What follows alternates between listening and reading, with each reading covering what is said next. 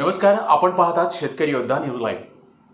चाकूर तालुक्यातील चापोली परिसरातून एक अत्यंत धक्कादायक आणि हृदयद्रावक घटना समोर आली आहे. लातूर नांदेड महामार्गावर मोजे चापोली येथील उड्डाण पूल संपल्यानंतर भरधाव कारच्या धडकेत आजनसोंडा येथील संगीता बालाजी माने यांचा जागीच मृत्यू झालाय. मिळालेल्या माहितीनुसार त्या हायवे ओलांडत असताना भरधाव वेगाने येणाऱ्या कारने त्यांना जोरदार धडक दिली आहे. धडक इतकी भीषण होती की त्यांचा घटनास्थळीच मृत्यू झालाय.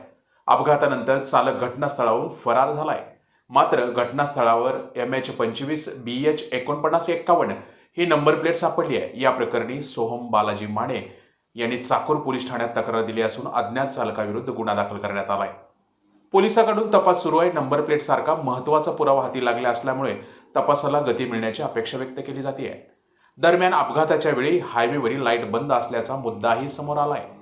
परिसरात अंधार असल्यामुळे ही दुर्घटना घडली का याचीही चौकशी होणं आवश्यक असल्याची भावना नागरिक व्यक्त करत आहेत.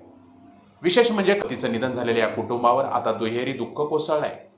मागे एक मुलगा आणि एक विवाहित मुलगी असा परिवार आहे.